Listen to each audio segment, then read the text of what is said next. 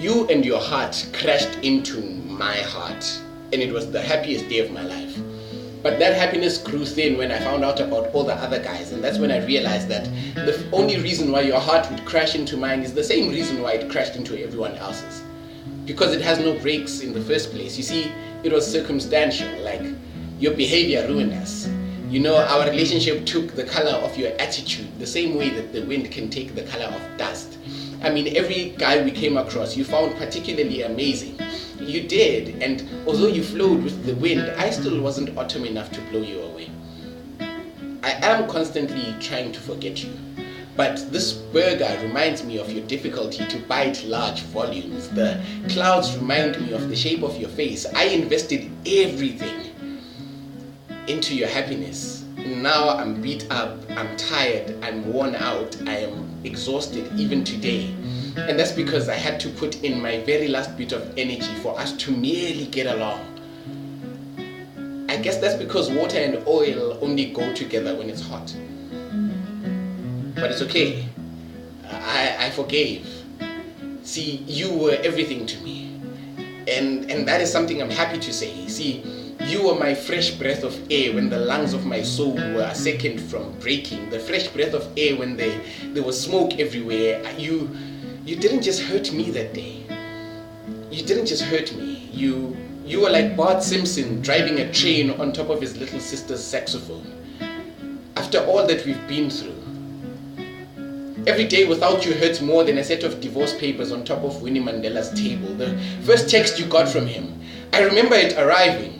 I remember you tilting your phone slightly to the side in order for it to be away from my sight, in order for me to not see what it said. It said, "Hey, it's Charles. We met at Neighborhood. These are my numbers in case you didn't memorize them." You see, that text reminded me of Thabo Mbeki's resignation announcement, because it too was the beginning of a crying nation. I said that text reminded me of Mbeki's resignation because it too signaled the end of a really great season. And I was aware within the season, I was aware that I had something great. You see, I was present. I knew exactly what I had in you, which is the reason why losing you hurt so much. You see, I watched it happen. He was smooth, and you liked that he was smooth, a lubricant, an oil that came between you and my hands, smooth. He loosened my grip on you like old tires on wet ice. He tied our relationship onto a railway and we got rode over, and you smiled and tweeted, "It's a breakup, not a train smash," as if you didn't just see what happened. You see, this guy threw a waterfall on our fire and you snuggled onto it like it's a hot water bottle. He came into our relationship and it became a bigger battlefield than Samson and Delilah's bedroom. And I watched you and him dancing in the dark to the beat of my breaking heart. The ironic thing about a vibrating phone is that you can still hear it buzz. And every bzz, bzz, bzz that gave you butterflies in your stomach gave me goosebumps and made the hairs at the back of my head stand up. With every vibration buzz, I could hear him eating my heart up from inside your handbag. It was more ego than anything. Losing a woman to another man, it was more emasculating than Jube's first day in prison. And I began to notice the little things. Like when you stood up to answer your phone in the other room, you fixed yourself without noticing. I mean, I was right next to you, and he was on the other side of the phone, and you fixed yourself for him and not me, and as if he could see you. I mean, I was in front of you, and he was a mile away, and I could still see his autograph on the smile on your face. See, the first message said, "These are my numbers, in case you didn't memorize them." What hurts me the most is that the contact Charles was already stored in your phone, which means you memorized them, which means you went out of your way to remember, which means you went out of your way to remember to hurt me. I'm not reading too deep into this. This is exactly what you did. And you had another funny tendency, which was you went home to go clean yourself before coming to me repeatedly, which never really bothered me until I started noticing the little things. I started noticing some trends, and it made sense. I mean, why would you want to go home to wash yourself before coming to see me? And then it all made sense to me. how we live in South Africa, a country where some people only take showers after committing a national offense. Anyway, it's okay. I accepted defeat. He played and he won clean. I do have a few things to say to him though. Just a few things.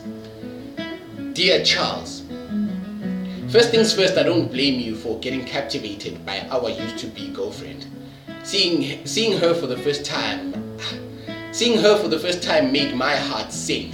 Itulo, the song. I was having black coffee that day when I saw her dimples. She was having milkshake at Lulu's cafe. I remember it like yesterday. I remember a hip-hop DJ playing R&B at the house that day.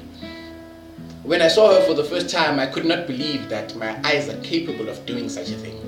So I do understand why you couldn't resist. I also wouldn't if I was you. I mean, I was you at some point and I didn't. You see, so it's okay.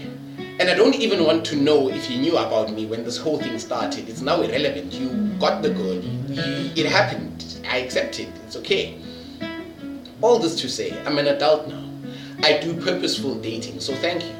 Thank you for taking this person out of my life. I mean, I would have married her and I would have ended up with a cheat for a wife. Thank you for being the combination of a thief and a blessing.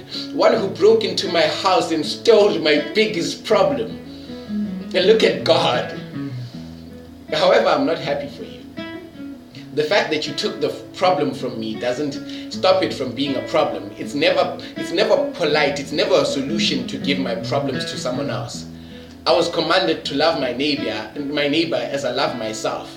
I'd be happier if she left me to be alone so she can work on herself, other than to run out there into the dating market again and become toxic to someone else. It's not polite to share rotten food, even when the person wants to take it by force, like you. And please, Charles, I hope you understand my intention. I definitely wrote this poem to deliberately stir up trouble in your relationship so that you can know what you're getting yourself into. And I want her to hear it as well. I want her to hear it so that if you do stay with her, she can know that you had a million reasons to leave her and you stayed regardless.